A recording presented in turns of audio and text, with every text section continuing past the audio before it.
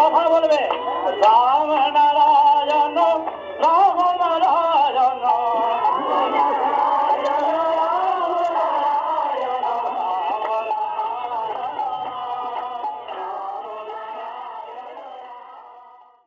রাম ও নারায়ণ রাম।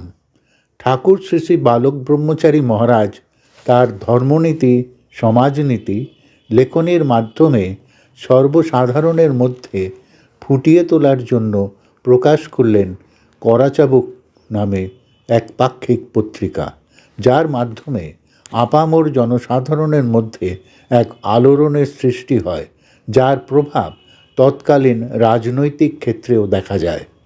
1965 সাল থেকে 1993 সাল অবধি প্রকাশিত সমস্ত পত্রিকার একটি শ্রবণ সংস্করণ অর্থাৎ অডিও ভার্সন বিভিন্ন পর্বে বর্তমান ও প্রবীণ প্রজন্মের কাছে উপস্থাপিত করার এক ক্ষুদ্র প্রয়াস। রাম ও নারায়ণ রাম। রাম ও নারায়ণ রাম ঠাকুর শ্রী শ্রী বালক ব্রহ্মচারী মহারাজের শ্রীচরণে অনন্তকোটি প্রণাম জানিয়ে শুরু করছি আজকের করাচাবুক পাঠ। বিষয় ভেবে দেখো। 1 ফেব্রুয়ারি 1966 সাল। ঠাকুর বলছেন, আমাদের চিন্তা শক্তির দিকটাকে আরও প্রখরতার দিকে এগিয়ে দেওয়ার সাহায্য ও সুবিধে করে দেওয়া দরকার। চিন্তা শক্তির ধারা মনেরই, সেই মন থেকেই আমাদের জীবজগৎ সৃষ্টি। সেই মন যখন মস্তিষ্কেই, সেই মস্তিষ্ককে সেই জাতীয় বিষয়বস্তুতে রেখে দিলে মন আপনা থেকেই সেই প্রখরতার দিকে এগিয়ে যাবে। শরীর রক্ষার জন্য যেমন ব্যায়ামের প্রয়োজন, মনের দিক থেকেও সেই রকমই ব্যায়াম করা দরকার। শারীরিক ব্যায়ামের জন্য যেমন অনেক যন্ত্রপাতির প্রয়োজন হয়, মনের দিক থেকেও সেইরূপ অনেক যন্ত্রের প্রয়োজন। গদা, বারবেল, স্প্রিং, ডাম্বেলের মতো সৃষ্ট জগতের সৃষ্ট বস্তুকে নিয়ে নাড়াচাড়া করলেই মনের ডেভেলপমেন্ট হয়। এই প্রক্রিয়াকেই যৌগিক প্রক্রিয়া বলে। প্রাণায়ামের শ্বাস প্রশ্বাসের ক্রিয়াই শুধু যৌগিক প্রক্রিয়া নয়, যেখানে মন আছে সেখানে সব ক্রিয়াই যোগ। গ্রন্থ পাঠই গ্রন্থ পড়ার সুযোগ করে দেয়। সেই গ্রন্থ পাঠের সুযোগের অভাবে অনেকেই সেই পথে যেতে পারছে না বলেই তারা এখানে সেই দিকে অজ্ঞই থেকে যাচ্ছে। মস্তিষ্কের পাত্রটি অজ্ঞতার নয়, যোগ্যতারই। এখানে শিক্ষার যে প্রসার, গড়পড়তা একটি করে বাতাসাও বাটে পড়ে না। পেট ভরার উদ্দেশ্যে খেলে কি হবে? পেট তো আর ভরে না। মারামারি ফাটাফাটি করে এত কখনো হয় না। আবার চুপ করে বসে থাকলেও চলে না। ধরাধরিতে কতটুকু আর মেলে? তা তো আর সবার পেটে পড়ে না।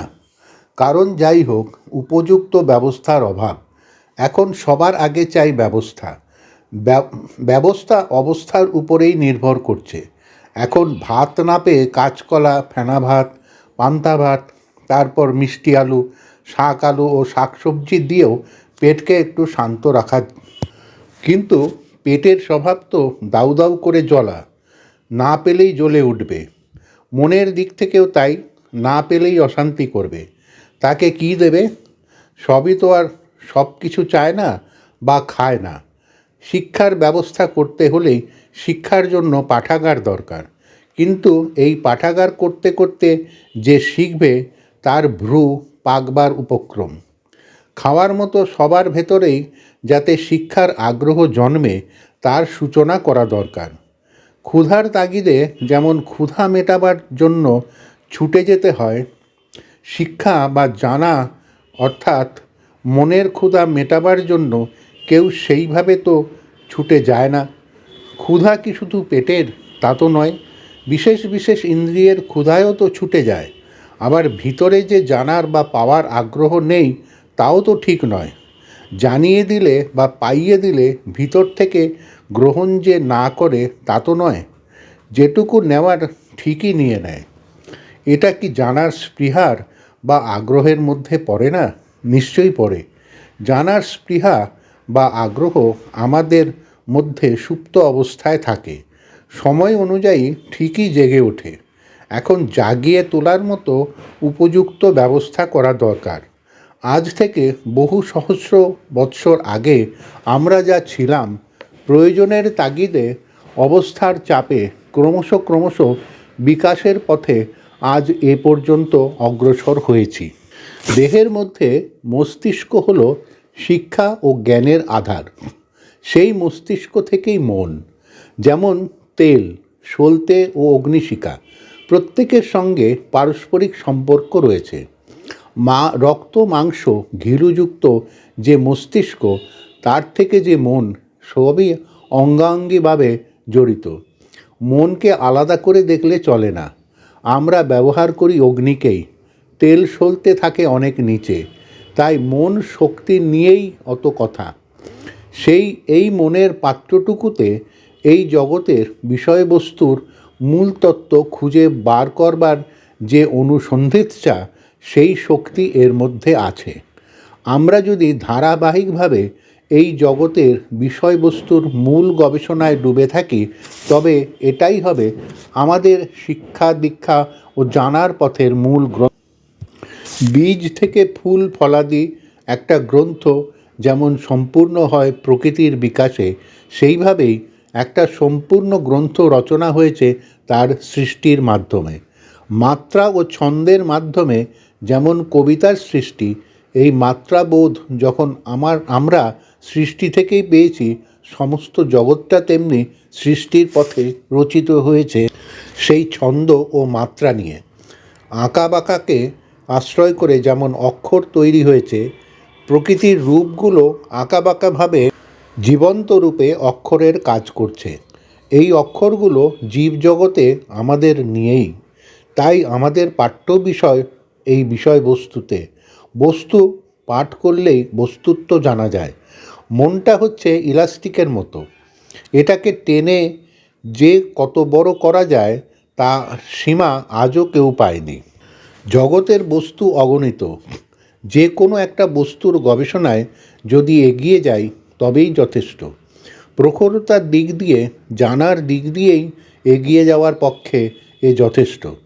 গবেষণাবিদগণ এ জগৎ থেকে যতটুকু বার করতে সক্ষম হয়েছেন, তুলনামূলকভাবে সাগরের এক বিন্দু জল থেকেও ক্ষুদ্র।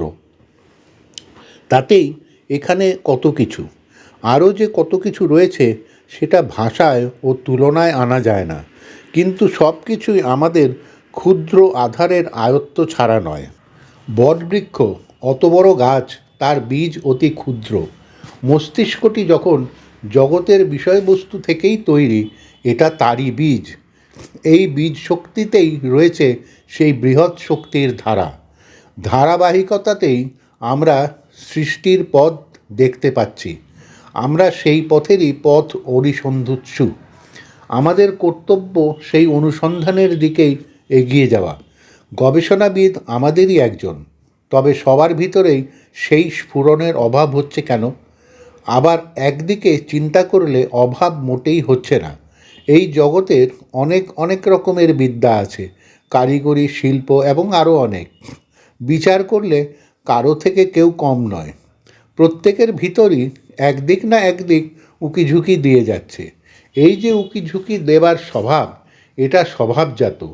মুক্ত আলো বাতাস চাওয়াটা যেমন ধর্ম, পরিবর্তনের ভিতর দিয়ে যে আমরা যাচ্ছি, এই পরিবর্তনের মধ্য দিয়ে যেন প্রতি মুহূর্তে একটা অভিনবত্বে পৌঁছাই, এই স্পৃহাতেই উকিঝুঁকি মারছে। এও সেই সৃষ্টিরই নিয়মাবলী। প্রকৃতির মাধ্যমে যেমন সৃষ্টি, আমাদের ভিতর থেকেও যে নূতন কিছু সৃষ্টি আমরা যেটা করেছি বলে বলি, এই করাটার পেছনে আমাদের ব্যক্তিগত কৃতিত্ব নয়, প্রয়োজন বোধেই এটা হয়ে যাচ্ছে। ঘোমটার ভেতরে যে উকিঝুঁকি, সে কি রাজা হতে পারে না? আমরা সেই ঘোমটার ভিতর থেকে যে এদিক ওদিক করছি, সুযোগ সুবিধা পেলে প্রত্যেকেই সেই আসন পেতে পারে। মুক্ত পাখি মুক্ত আকাশে, বন্যজন্তু বনে যেমন সুন্দর, আমাদেরও সেইভাবে শিক্ষা দীক্ষার প্রসারতার মাঝে মুক্তভাবে ছেড়ে দিলে অতি সুন্দরভাবে প্রত্যেকে গড়ে উঠবে। পিঞ্জরে আবদ্ধ করলেই সেটা গণ্ডিবদ্ধ ও সংস্কার আক্রান্ত হয়, যার ফলে দেশে আজ গোলযোগ। গণ্ডির শিক্ষা দীক্ষা আর সংস্কারের ব্যাধির ফলে আজ সর্বদিকে বিবাদ। প্রকৃতির দিক থেকে বিচার বা চিন্তা করলে আমাদের মধ্যে কোনো বৈষম্য থাকা উচিত ছিল না। যদি সেই প্রকৃতির পথ অনুসরণ করে চলতাম, সেই গ্রন্থকে যদি সাথী করে নিতাম, তবে আজ দেশে কোনো গোলযোগই থাকতো না। কারণ আমরা একই গ্রন্থে, একই স্কুলে, একই শ্রেণীভুক্ত। সুতরাং সবাই যদি আমরা একই স্কুলের ছাত্র হয়ে যাই, তবে আর কোনো গোলমাল থাকতে পারে না। তো আমরা যখন সবাই একই ধাতুতে তৈরি, আমাদের মধ্যে ধাতুগত বিবাদ তো নেই। মতগত বিবাদের ফলেই আজ সব বিনষ্ট। এখন আমাদের মিলনের পথে, শিক্ষা ও শান্তির পথে এই একটি মাত্র সহজ ও সুন্দর পথ, যা প্রকৃতিগত। সেই দিকেই যদি আমরা সবাই একত্র হয়ে যাই, তবেই হবে জাতির পরম কল্যাণ ও শান্তি। রাম ও নারায়ণ রাম। প্রিয় শ্রোতাবৃন্দ, আপনারা আপনাদের মতামত কমেন্ট করে জানাবেন এবং শেয়ার করে সবার মাঝে ঠাকুরের কথা ছড়িয়ে দেবেন এবং সাবস্ক্রাইব করে দেবেন, যাতে পরবর্তী অধ্যায়গুলো আপনাদের কাছে সহজেই পৌঁছে যায়। রাম ও নারায়ণ রাম।